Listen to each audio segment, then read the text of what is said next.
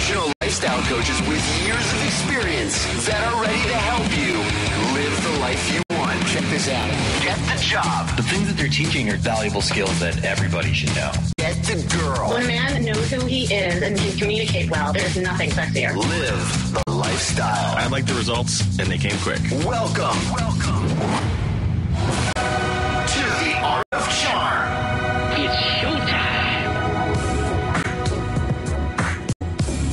This podcast is the official podcast of The Art of Charm, which brings together the best coaches in the industry to teach you guys how to get and keep the girl, as well as put your best foot forward in both social and business situations. Make sure to stay up to date with everything going on here and get some killer-free ebooks as well as drills and exercises that'll help you become more charismatic and confident by signing up for the newsletter at theartofcharm.com. If you're new to the show but you want to know more about what we teach here at The Art of Charm, listen to the first 10 episodes first to get the basic toolbox. That's where you'll get the fundamentals of dating and attraction, such as body language, eye contact, vocal tonality, stuff that's more important than you might think. We've got boot camps running 2 to 3 times every single month here in Hollywood, California. Our latest boot camps are at theartofcharm.com/calendar. We're mostly sold out here until 2014 in LA, but contact us and maybe we can squeeze you in. Free intro seminars also running here in Los Angeles. Details at theartofcharm.com. Looking forward to meeting all you guys in Los Angeles this 2014. All right, I'm here with Charles J. Orlando, and you wrote a book. I'm going to let you explain the title here because you must get flack for this just end on end. You have no idea. And if you have any other hate mail, I would implore you to just keep it to yourself or give yourself a hug or, call me and I'll get you a role model, whatever you need to do. I don't need any more hate mail. But so the title of the book series is The Problem with Women is Men. Now, if you're a guy and you're a good guy and you are offended, then I don't know what to tell you. Bottom line is that I'm talking about the bad men that make good men look bad. And I'm not sitting alone with this. I didn't just randomly put together a book series with no outside knowledge. What I did is I went out and I spoke with a couple thousand men and women around the challenges of long-term relationships and marriage.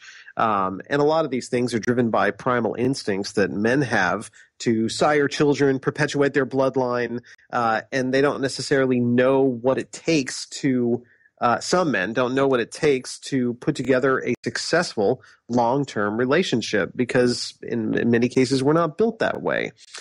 So you couple that with what I've termed as my own morally challenged youth. Mm-hmm. And you end up with giving it up all over town. You slut. Yeah, complete massive horror, right? And it wasn't good, but I learned a lot, and it's been a wild, incredible journey since then. The first book came out at the very end of 2008, beginning of 2009, and the second book was published a year and a half ago. And it's been tremendous. If you want to find more about it on Facebook, you can find me at facebook.com/theproblem-is-men. Yeah. And you can save your. Not surprisingly, a very popular Facebook page. Well, it's not just the title, right? I mean, so you get somebody who's a fan of Starbucks as an example, and they click on the like button, but they never go back, right? So not only are there 645,000 men and women on my page, but I have a 65% return rate to the page. So yeah. I mean, if you're a guy listening to this broadcast and you want to know what women are thinking and what they're looking for in a relationship, 89% of those of that number of 645,000 people, 89% of them are women 18 to 44. You don't believe me? Fine. But go talk to them. They'll tell you.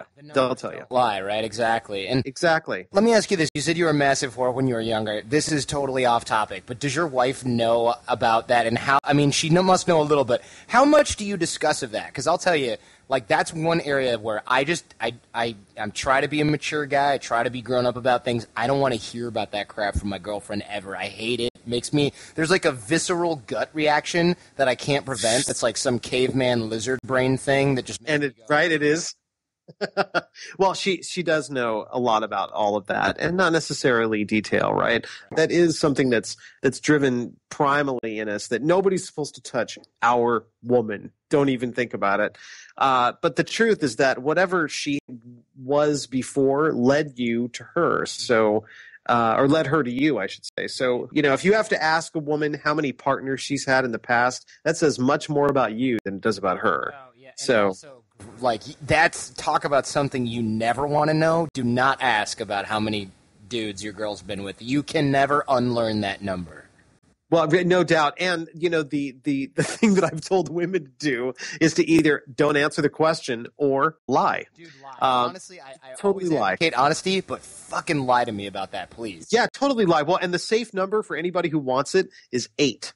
Okay? The safe number is 8, and I'll tell you why. It's a very mentally satisfying number. It's not double digits, but it's close enough to it to where you won't think somebody's lying. Right? Yeah. So you can't say 3, then they're bullshit. Come on, Right. I mean, you ride me like a guy at the rodeo. Get out of here. It's not. That's bullshit. So she'll never believe that number. But 8 is a very mentally satisfying number. Good to know. So if I ever hear that number, I'm going to be like, I'm pretty sure you're full of shit, and you just heard that on my podcast. Right, and exactly. And I don't need to know the real number. Yeah. The last thing, I was talking to a buddy of mine, and he's in the adult industry, if you will. He's actually a straight male escort. So he's on a show called Gigolos on Showtime. He was telling me, we were talking the other day, he was telling me that he dated this really beautiful woman when he was 21, and she was 28 or something like that, and he made the mistake of asking her number, and she was like, oh, it's not that many, and he's like, well, what does that mean? And she was 40, or it was 60, or something insane, where you just never want to hear that, but she was a really beautiful woman. She loved to get it on, apparently. And he was just my eyes were open. Because he's girls that are really good looking and really liberal basically have an unlimited choice. They have an unlimited smorgasbord of dudes. And, if you get that girl, you don't want to hear that. You never want to hear that. But Jordan, you're bringing out the double standard, right? You asked that question. So ask me how many women I've been with, and if I say something and I'll never give that number out on the air, right? But you say something 40, and you go, oh yeah, right. See, all right, and it's okay. But I admit it. Totally. And maybe it bothers her a lot less. I know my female friends are somehow more comfortable with guys being promiscuous. But either way, it doesn't matter. I could have had sex with I could be Wilt Chamberlain, right? What does he say? He claims 20,000 women, and you get a girl that's had sex with one guy before you, and you're I don't know if I like that, but I guess I'll. You know what I mean? See, but I wouldn't know what to. But it's bullshit, right? Because I wouldn't even know what to do with a virgin. What do you do with a virgin? I agree, but it's not that. That's not the thing, right? You don't want a virgin because you don't want to deal with that. You want a girl who comes out of. This is going to sound gross, but I don't mean it that way. You want a girl who comes out of the womb knowing exactly what you want and only you, and has learned it through osmosis from the clouds in the ether and the divine whatever. You don't want to. It's like sausage, right? Girlfriends in that way. Oh no! See, you can't make that analogy. I see. So what you want is a whore, but she gets up in her post-coital afterglow as a virgin. I got it. All right. And here's the thing: every guy is thinking like this and realizes how stupid and ludicrous it all is. And it's the one thing that, as an emotionally mature guy, I've asked a ton of guys, and it's the one area where everybody, even the most enlightened sort of confident dudes, are just it's just one area that if there's any area, I just want to bury my head in the sand on it, and because. Truthfully, it does no harm as long as you're not going to be judgy about it, but you just can't unlearn that stuff, and it's real. Well, don't ask questions don't ask questions for answers you're not prepared to hear. And bottom line. Agreed. And don't be the guy who overshares thinking that it's all good, and then when your girl says something, you're like, what the hell, you whore? You can't sit there and talk about how all your exes were awesome and hot and show off and talk about this and that and the other thing when she's around, and then expect her to be yeah, I've never done anything scandalous, because she's going to think, oh, we're cool like that, and then you're going to hear some shit and be like, oh man, why did you tell me that? And she's going to be like, because you were talking about it for an hour and a half yesterday, and I thought we were good like that. I've heard of this happening, and I've definitely been guilty of it myself, where I'm, chatting with a buddy, and she's there, and then I'm like, oh, yeah, now we're somehow like on this conversational thread, and I just want to like vomit my bread pudding up all over the place. I'm not. So Don't do it. Just stay away from it. Bury your head in the sand. There's one area where I can say ignorance is truthfully bliss, and it's never going to hurt you to not know, unless she's as long as she's clean. I'll throw that caveat. That's it. That is it. You know, you've been referred to also as the Malcolm Gladwell of relationships, although I have to say Malcolm Gladwell's hair takes it for the win on this one. I don't know. My hair's all right, man. My hair's all right. It's all right, but I mean, It's not Malcolm. it's no Malcolm Gladwell. Whatever you want, like Fro, I guess is the like closest facsimile. But why do they call you that? I mean, is it just because what you learn is data driven? Is that where we're going with this? Yeah, it really is. It's really research and data driven, and it's a combination of scientific and unscientific research, right? So you can ask the questions in a survey, and you can sit down with people and go through your little check boxes, but at the end of it, that doesn't answer all the questions right. What I do is I've interacted with tens of thousands of people over the past 5 years plus online, and then another 5 years before that in formal research settings where I'm just trying to get to the guts of what's really going on in relationships today. What people haven't concentrated on, when I say people, I mean other experts, where you're talking about marriage and family therapists and counselors, and you're talking about other relationship quote unquote experts that are really pop psychologists that used to be pickup artists and now they flip the script. Well, no, but I mean, you're talking to people every day too. What a lot of these people do is you do your original research and you sit on that for a while, and it doesn't give you any new information is the real problem. So as a result, as soon as you finish a research study, it's actually antiquated, and it doesn't necessarily apply. I think what makes my approach to research very different is that it's ongoing. So I'm constantly learning something new. And that's what hopefully keeps me relevant in the eyes of my readers and fans. And I think that's part of what's missing in a lot of expertise today, especially as I alluded to a second ago with the rise of technology and the change in communications of how people communicate and interact. I mean, you show me a marriage and family counselor that has research studies on the advent of text messaging and how that has fundamentally changed the entire dating and courtship scene. Nobody has that information, but that's where I concentrate my time in the real world. Yeah, absolutely. That's why we like you, because you focus on practical advice, and a lot of people, they'll just ignore stuff that they don't understand. And it's like, no, you can't think like that anymore. I mean, people have this certain angle that someone who graduated 30 years ago from their postdoc or whatever has no clue about. And speaking of technology, you did something really interesting that I want to talk about. You went undercover on ashleymadison.com. And for guys that don't know what that is, this is a website where it's like a Match.com for affairs. Everybody on there's married. You go and you basically have an affair on this website, and that's like they guarantee it or they give you their money back. And you went undercover as a married dude, and you were like, what makes women cheat? And I obviously want to get into that. But I want to talk a little bit about the project and the process that got you there in the beginning. I mean, how did that go for you, and how is your wife possibly cool with this? Well, she did know about everything, but it kind of set my marriage on a very rocky course for a while, which is what I had put out when the article was optioned for film. The press release talked about how it led to some challenges. So cut to the chase, I didn't cheat, but that's not the point. When you put a 40-year-old guy, which is what I was at the time, into a situation with advanced knowledge of relationships, it becomes a very dangerous scene. And then you put my past on the line here, where the drug of choice for me wasn't the kind of the proverbial I want to hit it and quit it. The drug of choice for me was very vampiric in nature. I'm all about the chase. I'm all about the I'm all about not the acquisition. Let me see if I can break this down. Some guys are predators, and what they enjoy is the chase. But there's nothing better for a predator than to have prey give itself over willingly. That's different. That's a whole different thing. And that was my drug of choice, if you back me up years. So I was put in that situation. And not only that, but I was exhibiting the same types of signs as a standard cheating guy. So even though I wasn't, well, picking up my dry cleaning more often, making sure I'm shaved every time I leave the house, hiding my chat sessions because I talked to 30 or 40 women online and was able to parlay those chat sessions into real in-person dates.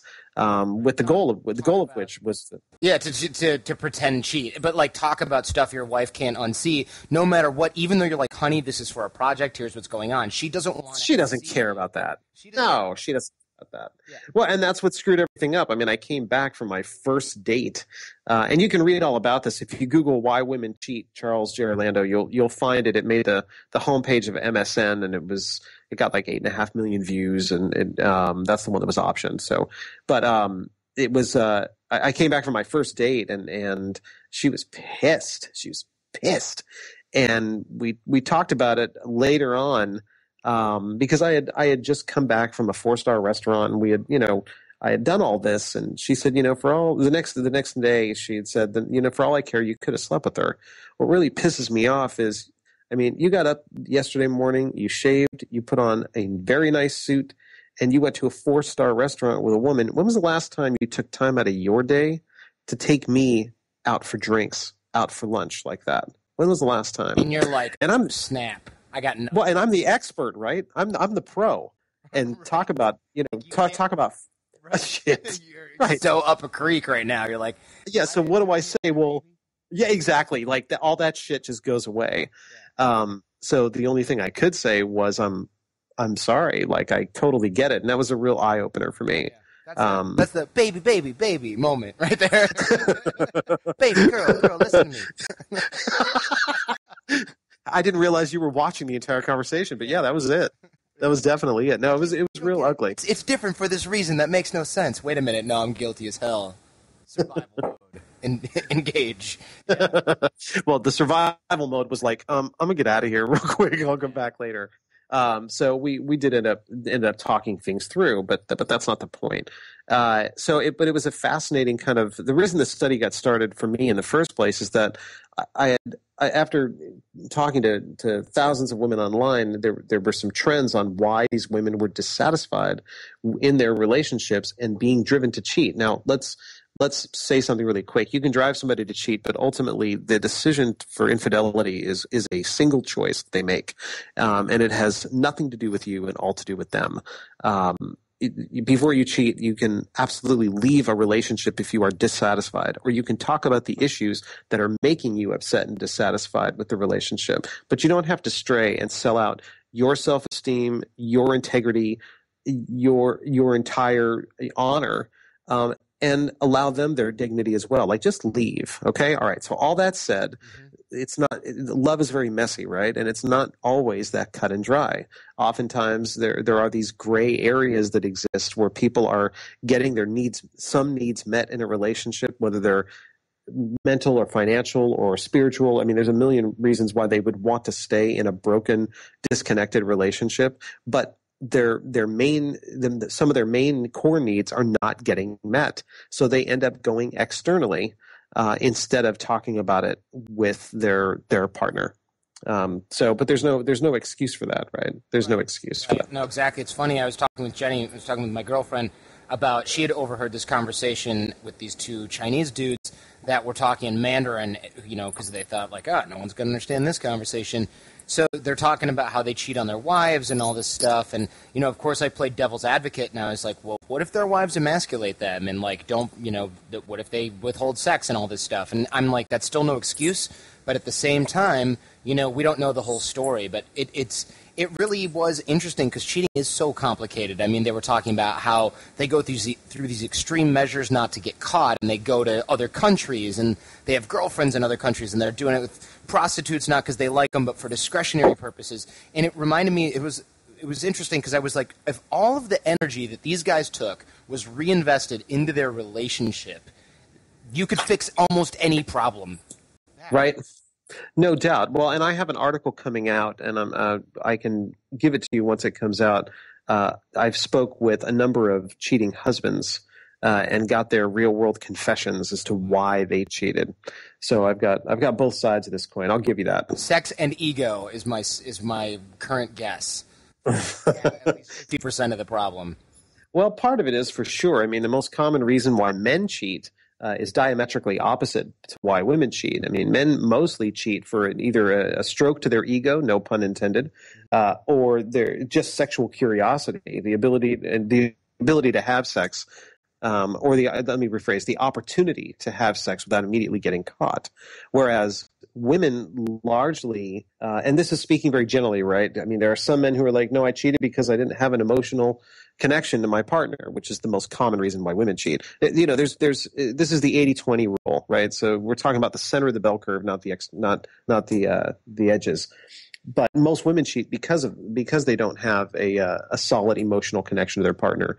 They don't feel desirable, and they want to re-experience the original feelings of passion, and they're missing that. I mean, from my standpoint, you know, I warn all the men that I can find, like, the stuff that she fell in love with at the very beginning of your relationship, and for the women, the stuff that he fell in love with at the beginning, keep that stuff going. You know, when you stop shaving on the weekends and you start putting together very contrived things like date night, which is very, very limited, you know, adult time that inevitably ends up looking at things like he ends up discussing things like your household stuff and bills and kids, and you know, it's not real adult time like you used to have at the beginning. I mean, the bottom line for guys, like, all she wants is to be treated like a woman, not like a wife.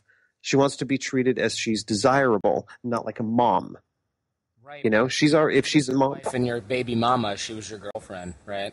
Yeah, well, before she was your wife, you were sneaking over there in the middle of the night telling her how bad you wanted to fuck her before you got there. And now all of a sudden you're like, I got home from work, I'm tired, I'm going to sit on the couch. You know, is there anything to drink? Like, I mean, that's not where things are at.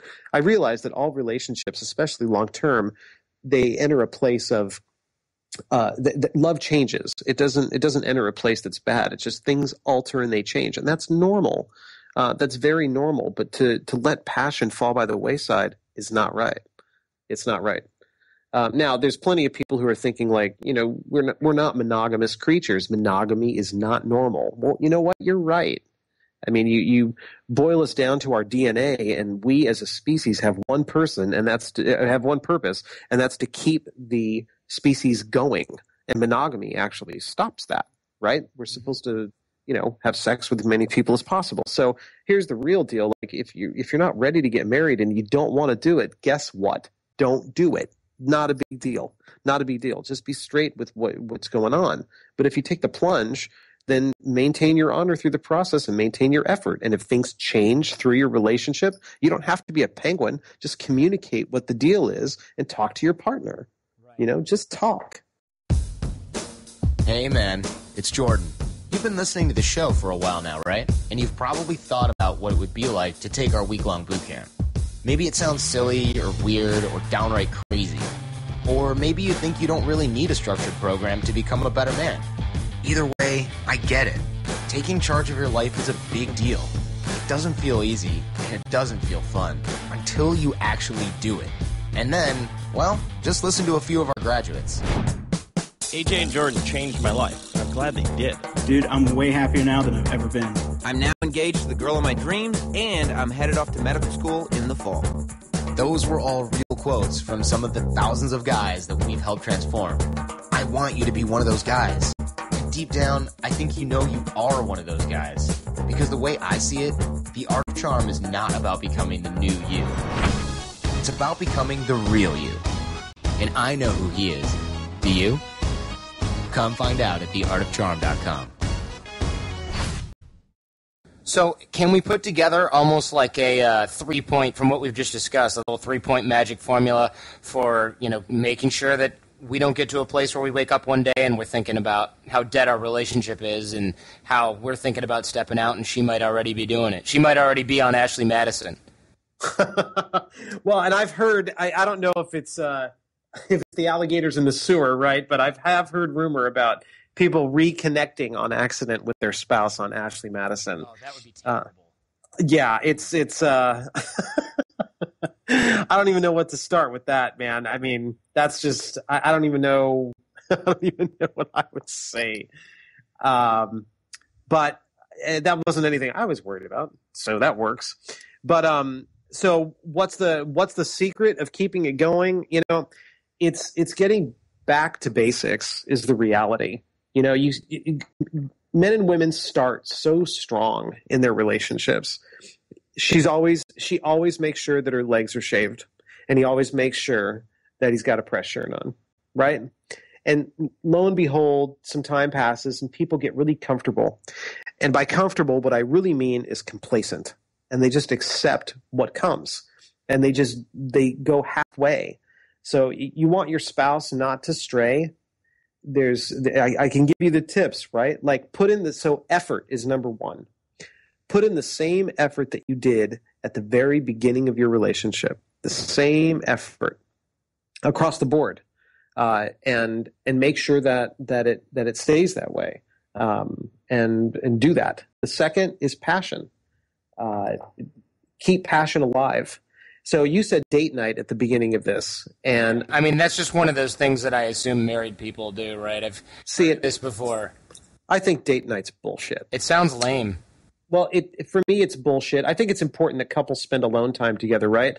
But date night for me in an established relationship it really means let's do our duty, right? Let's go get a sitter, and then let's go make something happen haphazardly, meaning it's not going to be spontaneous, and we're going to go out and have dinner, and we'll share some time together, which would be great. But as soon as the night starts to wear on a little bit, a lot of couples, not all, but a lot of couples end up with discussions like, did you pay that bill yet? You know, I got to bring the car in tomorrow.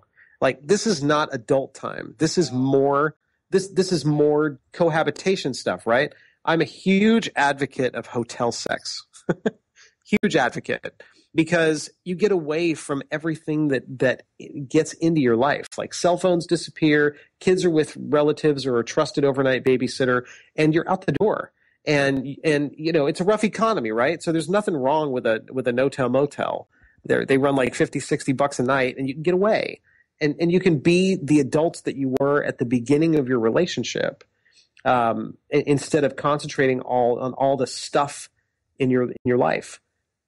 And the third tip I would give you, and this is probably the most important, I think I'm probably the only relationship expert that you'll hear that says that communication is not the cornerstone of a relationship. And the reason I say that is that for so many people, communication means to wait for their turn to speak. When the truth of it, the secret of a long-lasting relationship is the ability to actively listen and provide empathy. You don't have to agree. You don't have to agree with their point of view. Just get out of your own head and get in theirs for a second and just listen to their point of view without your judgments, without your defensive nature, without you being right. Just listen to what they're saying. And you may have a completely different standpoint, you know? In marriage, like you have a choice. You can be right or you can be happy. So which one do you want to be? Yeah, that's a good point, right? Like you don't necessarily need to have everything go your way. You just want to be happy. You just want to. Well, yeah. I mean, the news flash is it's not going to. Right. You know, if it's all going your way, then you're breeding resentment on the other side, and they're just being quiet about it. The truth is that they're silently pissed. I like that because I actually think a lot about how I communicate, and a lot of it is, well, make sure I mention this because I'm feeling this way about it. I make sure that I ask about that, but really. It has more to do with, actually, like you said, just being open-minded and hearing out that person when they're talking rather than making sure that I communicate everything that I'm feeling all the time. Yeah, absolutely. Just listen. Just listen to them. You don't have to agree. Just listen. Excellent. And now one of the things I'd like to discuss a little bit, because it is sort of, people ask me about this all the time, especially guys who read a lot of the blogosphere, if you will, because a lot of times guys are super confused about this women's empowerment type stuff because a lot of women are like, I want to be equal, I want to learn how to do this, I want to have this career, I want to be able to do that. And guys are like, but I like paying for stuff and I like opening doors and I like treating my woman like a lady. So a lot of us guys are just like, what the hell do we do now? You know what I'm saying? I hear you. Well, so for me, in talking to all these women, what it really comes down to is intention, and it comes down to the power dynamics that exist with it.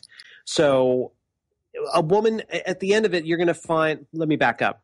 all men and women have a combination of masculine and feminine. I don't want to get all woo-woo here, right? But they have a combination of masculine. Yeah, I'm going to punch you in the throat. I'm just kidding. So we'll say characteristics. Okay, how about works. that? Right.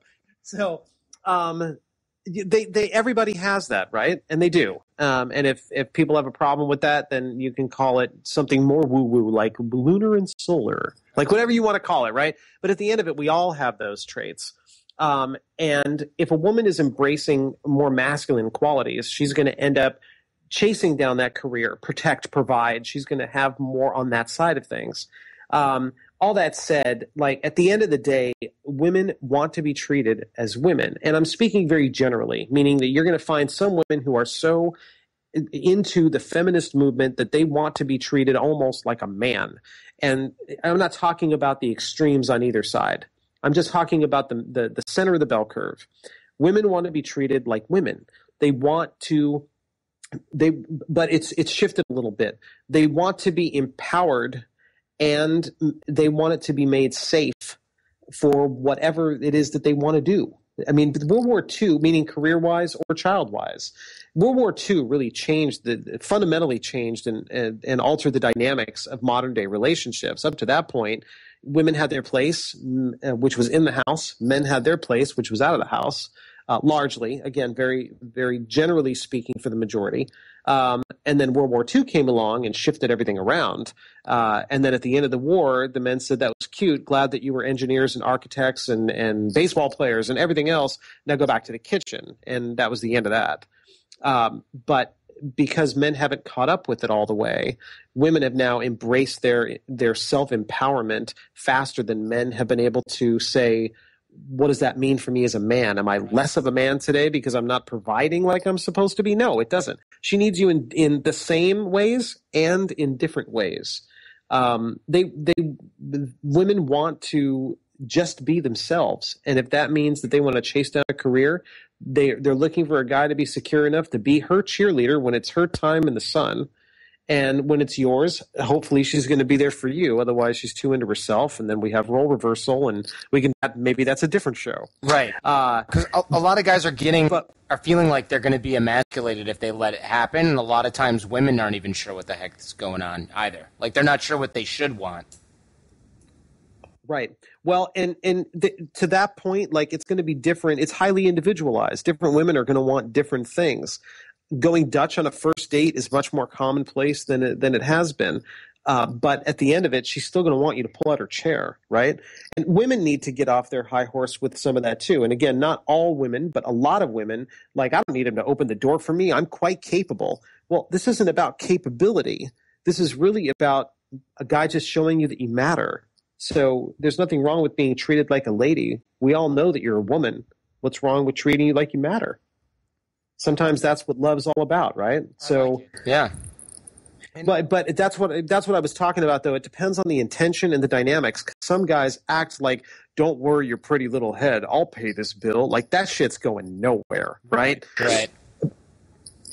Okay, I get that. I think a lot of times the gender roles get so fouled up with what people tell other people they should want for political agenda reasons, or because they're confused as well and they feel like they shouldn't be, that a lot of people get confused. So, I mean, in my relationship, I'm obviously, I try to, and guys know this from the show, I try to be very, very masculine when it comes to that. And I don't mean like, I handle this, don't tell me to ask for directions. I don't care about that. I'll let her plan events and things to go to. She loves booking the flights. Hey, go ahead and do that. It's just sure. That, when it comes to deciding what we're going to do or taking the lead when she's maybe a little bit uncomfortable about doing that, I like to do that. I like to be in charge in certain areas. I like to pull out her chair. I like to treat her, like a little snuggle bunny and keep her protected and safe and warm and all that stuff, even though she's probably tougher than I am, right? And that's important because she likes to feel that way. And a lot of times guys go, oh, well, she's comfortable paying the bill, so I'm just going to let her do whatever she wants and sort of let her do her own thing. She obviously likes doing that. Meanwhile, she's sitting there going, he doesn't even pay attention to me anymore. Right. And he doesn't even care about the bills. He just lets me handle everything. So, what we're really circling around here is a combination of just staying informed, real active listening and real communication where you're paying attention to the other person. And active listening. We've mentioned that a couple of times here on this episode. What does that even mean? What does that mean? Is that when?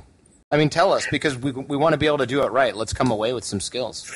Well, active listening really plays out across everybody's life. I mean, when someone's listening to you, they maybe are listening to what you're saying, but more often than not, so many people are forming an opinion before they've heard what you've said.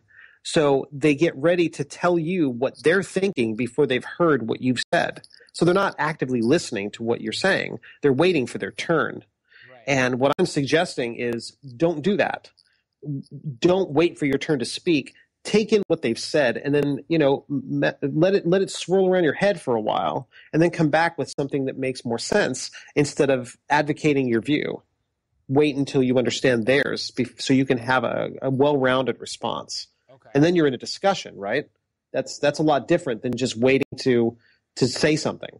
So that sort of leads into the other concept that I wanted to ask you about, because we talk about leading, we talk about communication, and we talk about all these different masculine concepts, but what is this? A lot of guys go, alpha. I'm an alpha guy, right? And it's like, nobody can hold me down. I'm the alpha guy. I go to the gym. I break shit. I don't listen to anybody. I throw things, and I act like a douchebag. That's not an alpha guy. That's right. An asshole, that's an right? Asshole. Exactly. It's a guy who wants to act like the top gorilla because the top gorilla scares him to death. Well, shit. Those guys make me laugh because they think that alpha males push everybody around and alienate everyone. I mean, I guess in the technical, in the animal kingdom, you get a gorilla who's an alpha male, and they will physically and or mentally intimidate all those around them for breeding purposes. But in tribal society, human tribal society, alpha males are largely the warriors, and those who act instead of think. You get the tribe elders who have tempered themselves a little bit, and they're more contemplative than action driven at the start. But I have news for those alpha males who are the ones you described at the beginning of this conversation. Like, if you're a real alpha male, you don't have to self-identify. People know who you are. They know who you are. So the fact that you have to self-identify not only reeks of your own insecurity, but it shows that you're not. Exactly. So yeah, and by self-identify, basically what you're saying is the guys who walk around trying so hard to look alpha are the most non-alpha guys around, because all of the guys who talk about being alpha and think and look and do that, when we see those guys, when I see those guys and I'm with, I got a bunch of buddies who are like pro athletes, wealthy entrepreneurs, guys who nobody would argue are not alpha, just like real cool. They never talk about it. They never try to dominate each other unless they're playing basketball or doing something competitive. And even then, it's just about the sport. It doesn't reach into our personal friendships or anything like that. And we don't talk about how cool and tough and masculine we all are all the time, but the guys who do talk about that, we kind of look at each other and we're like, who's this guy? Is this your friend? Who is this schmuck talking like that? Who talks like that? And I remember one instance, I was out with a bunch of friends and a guy and a bunch of girls, and one of the guys came with his girlfriend, and as soon as we sat around, I was friends with one of his girlfriend's friends, and I remember going to her and going, does he always treat her like that? Because it's making me a little uncomfortable. And they were like, no, I don't know what's gotten into him. And it turned out later on, because it was so embarrassing for everybody, after the fact, she realized that her boyfriend was so intimidated by me and my buddies and all these successful dudes, that were taller than him or whatever. Like, I was with a bunch of cool guys. He felt like a, bottom of the barrel type dude or last pick for kickball. So he started being a dick to his girlfriend to show how tough and strong he was and overcompensate for the insecurity. And it really just ruined him. I mean, all the girls were so disgusted. I mean, for me to notice as a guy, for me and a bunch of dudes to notice and to be disgusted by it, I mean, think about it, what degree that has to get to where guys are like, hey, man, you shouldn't treat your girlfriend like that. I mean, it's got to reach pretty far. Well, no doubt. No doubt. Well, and those kind of guys, I mean, circling full circle back to what we were talking about, those are the kind of guys who want to be seen as powerful, and they go about it in all the wrong ways. They end up belittling and stifling the people they are attempting to lead, impress, and love, and they go about it all the wrong way. It's really sad to see that, because a lot of guys are sort of programmed in this media to be like, I got to be like Vin Diesel times 10, or I'm not going to get any respect, and they end up being freaking clowns. And I think a lot of the pickup artist stuff really confuses a lot of guys as well, but that's a different show. Oh, sure. We can get into all that at your leisure. You know what? I actually wouldn't mind getting into that at some point, but I'm actually curious, because I know you talk about how and why men get played by women. And I think that's really interesting, actually. Right. I would love to get into that. Sure. Well, I can. Why do men get played by women? For a variety of reasons. It's very similar to why women get played by men. What we're describing is how someone taps into the emotional wants and needs of someone else. Mm-hmm. Whether it's a stroking of your ego, whether it's usually just addressing a need that is so pronounced. This is how pickup artists capitalize. Whether you're a man or woman, this is how it happens, right? They find out and establish what you're missing on your side, and then they start filling that need as much as they possibly can, and getting everything they want from you because they're filling something that's so core for you. And at the same time, they start as they get comfortable, they start backing off from everything else because you are becoming clingy and needy and pushing for time and effort and affection, and you start making excuses as to why what they're doing is messed up. But because they filled that core need, you keep galloping back to them, hoping that you're going to get just enough water to live, emotional water, like you're a plant, and you go back for it, and they give you just enough for you to shut up, and then they instantly start treating you like shit again, which makes you feel that something is wrong with you, which makes you even more clingy and going back for more.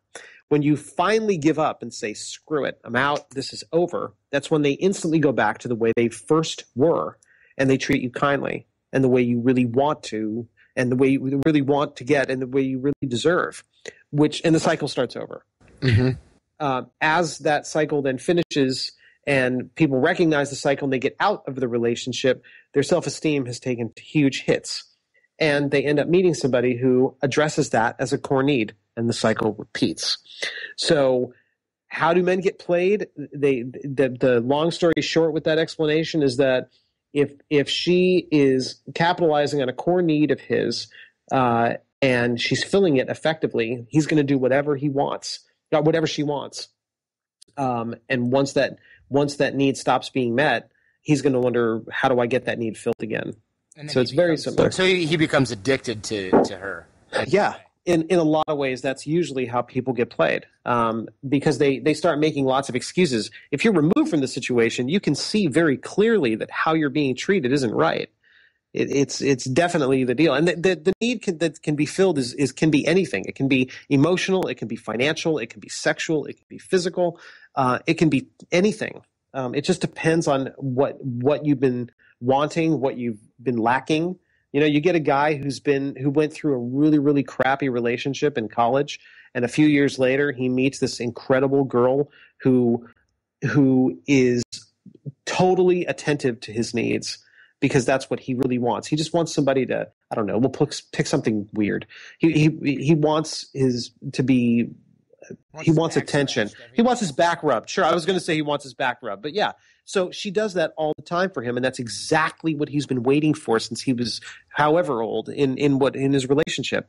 And as soon as he starts asking for it and begging for it, the power dynamics in the relationship shift. And if her approach to the relationship isn't necessarily filled with integrity, and she starts feeling like she has the upper hand, or she feels crowded or smothered for her own reasons that he is unaware of, because when she was 15, she was crowded and stifled by her first boyfriend in high school. He would never know that. Now you end up with this mess in between. So the way out of that type of situation is to really recognize red flags very early on. Don't make excuses for them, and either talk them through or walk away, or both, depending on where you're at with things. Hey man, it's Jordan from The Art of Charm. You've heard me talk a lot about taking you to the next level in life, at work, and in your relationships. And you've also thought to yourself, yeah, I do want to up my game. I do want to become a better man, a better hustler, a better person. And my guess is that you've been thinking about this for a long time. Am I right? I'm here to tell you this. Stop thinking. Your moment is now. Do you really need more information, more plans for the future?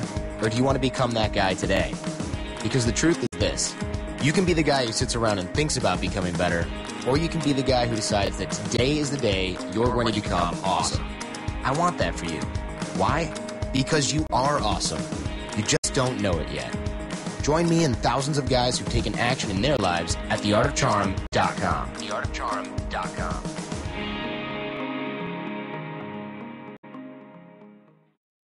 Okay, so what kind of red flags are we going to be looking for?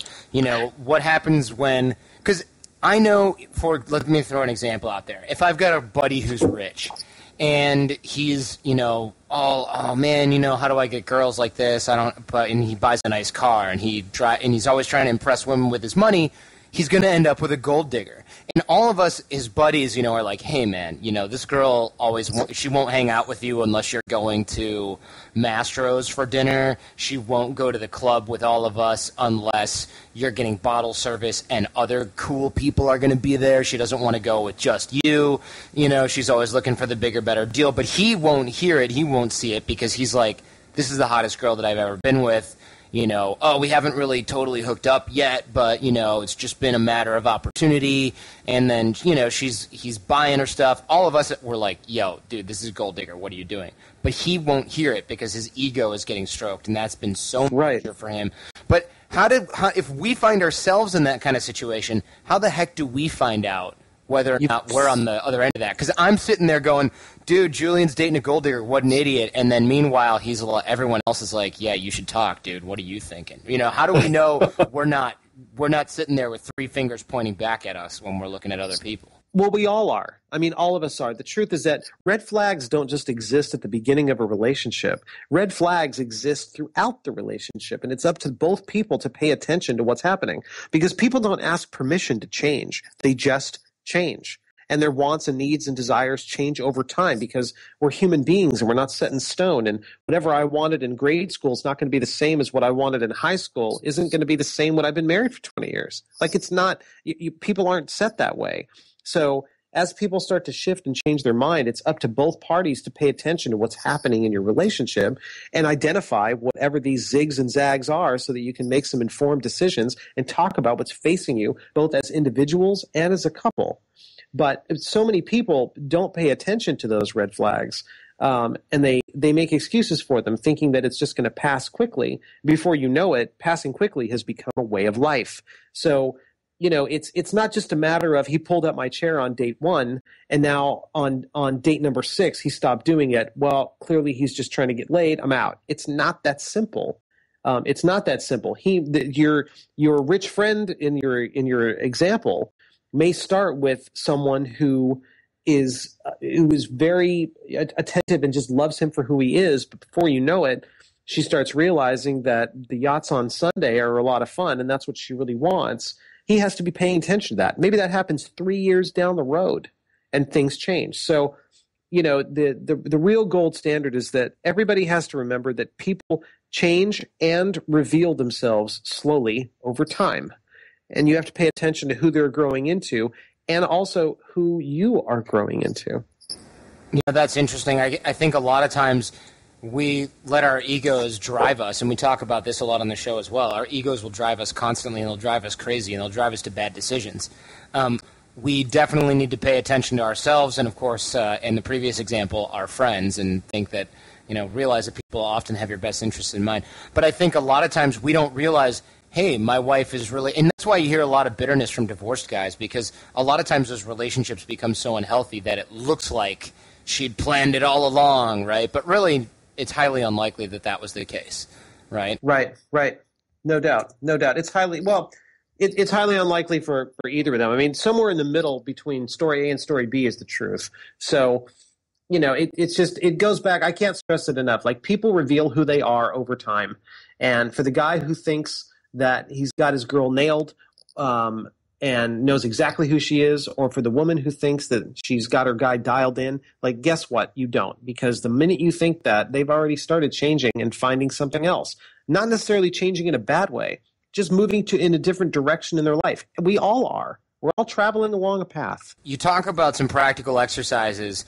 You talk a lot about changing your mindsets, getting that confidence and things like that. I wanted to talk about a concept that you listed here, change your environment, change your outcome. What is that, and what is that good for? Because I want to be able to introduce it on the show so that it makes sense. Sure. So the real deal is that people get stuck doing the same thing over and over again. It's like, I can't meet the right girl. Well, where are you looking? Well, my buddies and I, we go to the park. All right. Well, if you're always going to the park, then that's not the place you're going to meet them. We always go to the bar. No, that's not the right place either. I always meet them at work. Like, when you have 5 or 6 or 10 broken relationships in a row, the common denominator is you. So what you're doing is wrong. So when I start talking about changing your environment, and you'll change your outcome, you change what's around you, including yourself.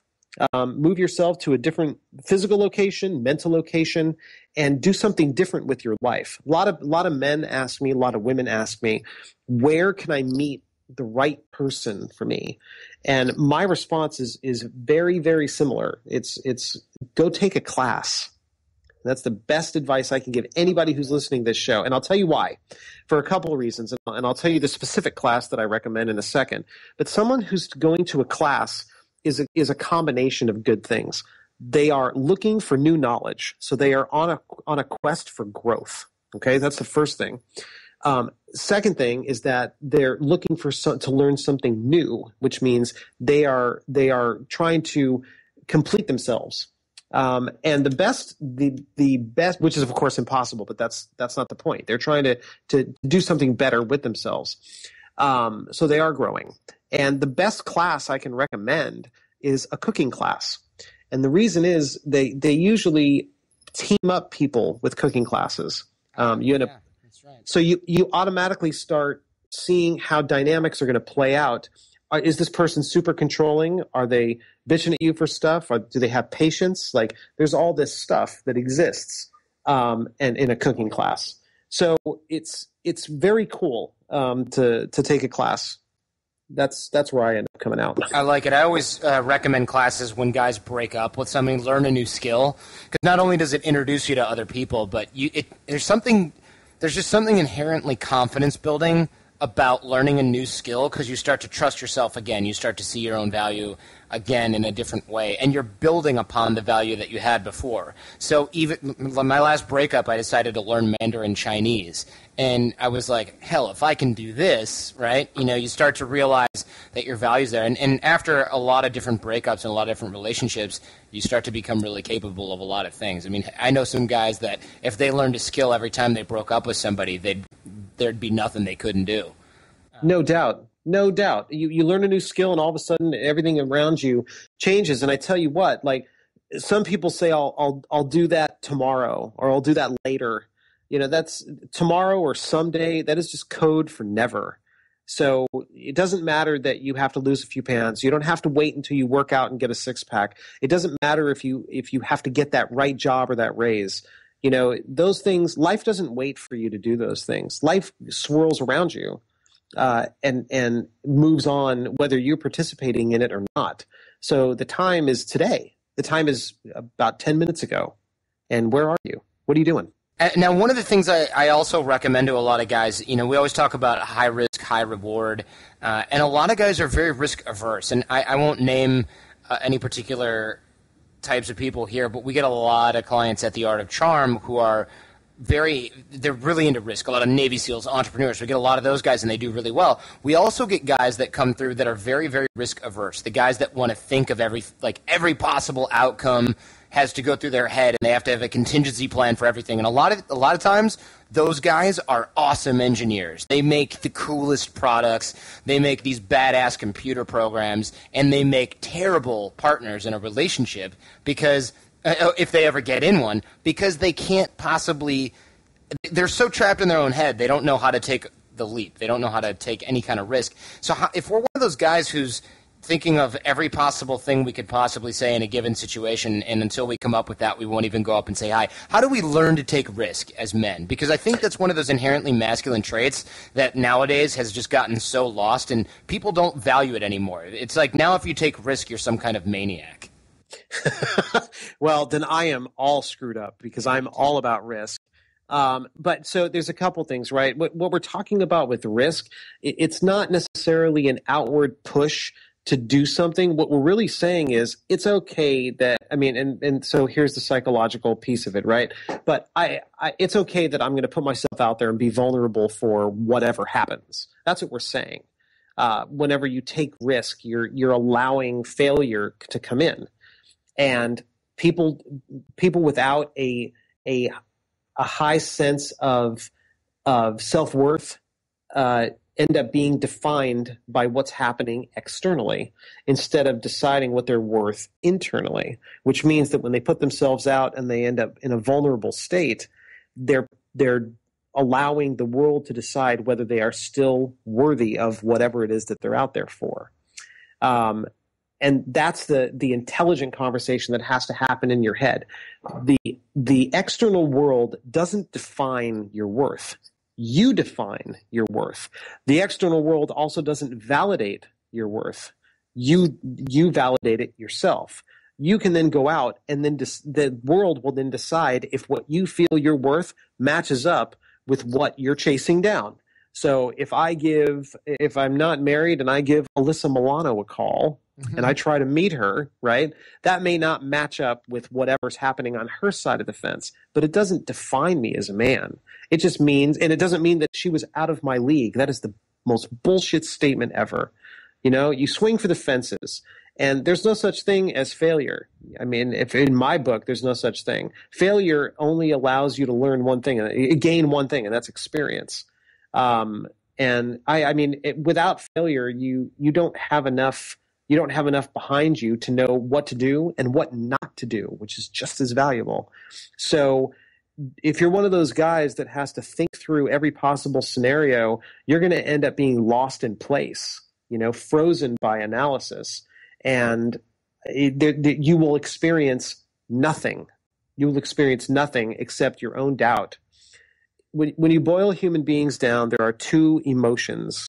There's two states of being, I should say. There's love and there's fear. So what we're really circling around here is fear. And you can decide to flip that over at your leisure. Are you going to win every time? Is she going to absolutely give you her number? Are you going to get married? Is she going to say, yes, I want to dance with you? No. I'll save you the suspense. No. You're going to lose a bunch of times, but you're not losing anything.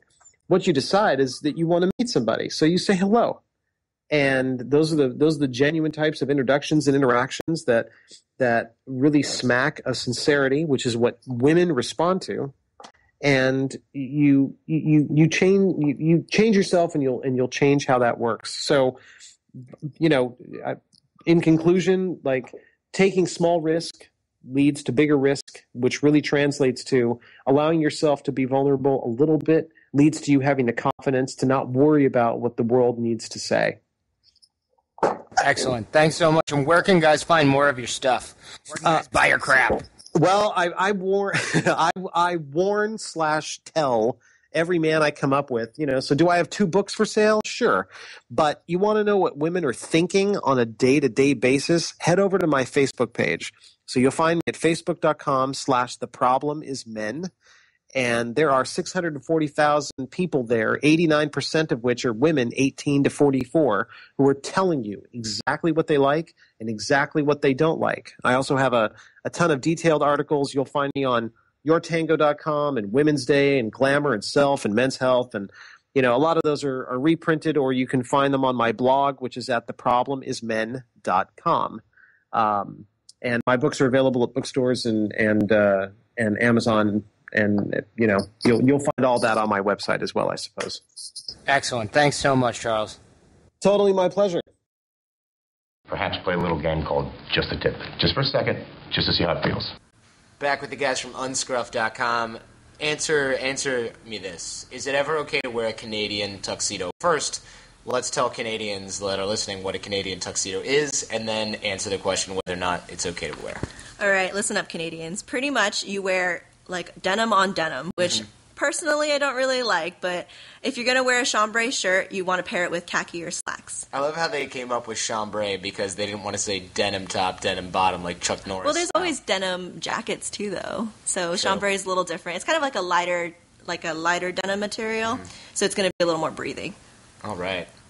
So no, unless it's a different color. Yeah, I guess it's okay if you want to wear a dark pair of jeans and a lighter chambray shirt, but personally I think you should wear chambray shirts with something like a neutral color. Unscruff.com is a personalized clothing service for guys. A stylist from Unscruff will pick out clothes for you and mail them to your door so you don't have to shop. You only pay for what you keep, so there's no risk. Try it out at unscruff.com and enter coupon code TheArtOfCharm for 10% off everything on the site. Solid show as usual. Show feedback can go to Jordan H. at theartofcharm.com. And if you're new to the show but you want to know more about what we teach here at The Art of Charm, listen to the first 10 episodes first to get the basic toolbox. That's where you'll get the fundamentals of dating and attraction, such as body language, eye contact, vocal tonality, stuff that's more important than you might think. Make sure to stay up to date with everything going on here and get some killer-free ebooks and drills and exercises, videos, and cool stuff that'll help you become more charismatic and confident by signing up for the newsletter at theartofcharm.com. Boot camp details also at theartofcharm.com. And don't forget, we've got military discounts. We don't leave our brothers in arms out of this one. If you buy something from a guest on the show, please do it through the Pickup Podcast website. Help support us. And if you can't find something, email us and we'll hook it up. You guys can also help us out by subscribing within iTunes, giving us a 5-star rating, and writing something nice. We'll love you forever. www.pickuppodcast.com. Tell your friends the greatest compliment you can give us is a referral to someone else. Now have a great week. Go out there and get social and leave everything better than you found it. Oh, but before you go, real quick, I'd love to get a sponsor on the show here. Hover is simple, honest, no-nonsense domain management. It's easy and quick, and you can get a domain name in under 5 minutes. If you've ever registered a domain, you know that a lot of those companies try to upsell you with stuff that you don't need or just stuff that should be included in the domain. Hover is really honest. They never try to upsell you at checkout, and all that other stuff that other guys charge for is included in the cost of the domain, like privacy and domain forwarding and all that stuff. My favorite, though, is that they've got the best customer support in the industry. You don't hold on the phone. If you ever have a problem, you call Hover. A real human will answer the phone and take care of everything right away. They also take the hassle out of getting a domain. You can go in, type a few keywords in the search box. It'll tell you what's available. You can get a .com, specific country, whatever you need, or a .net, which I really love. Hover has a lot of options to get a just about anything else domain name as well. So if you need something special, they've for sure got it. They've also got something called valet transfers. So if you have a domain somewhere else, they'll take care of the whole process of moving the domain to Hover for you. Last but not least, they've also got Google Apps, which we use here at The Art of Charm. Basically, all those productivity apps, Gmail, Calendar, Google Drive, Docs, all that stuff customized for your business, and they give you 25 gigs of storage. Google is a massive company, right? You're never going to call them on the phone. But if you have any problem with Google Apps and you use Hover, you can give Hover a call and they will fix it for you, which is pretty awesome. So if you're still not sure about Google Apps, they've got a 30-day free trial. And last but not least, if you go to hover.com/artofcharm, so don't put the in there, just Art of Charm, you get 10% off a new domain name. So go to hover.com/artofcharm and you can help support the show and get a new domain at the same time. Thanks a lot, guys. Be sure to check out pickuppodcast.com for tips,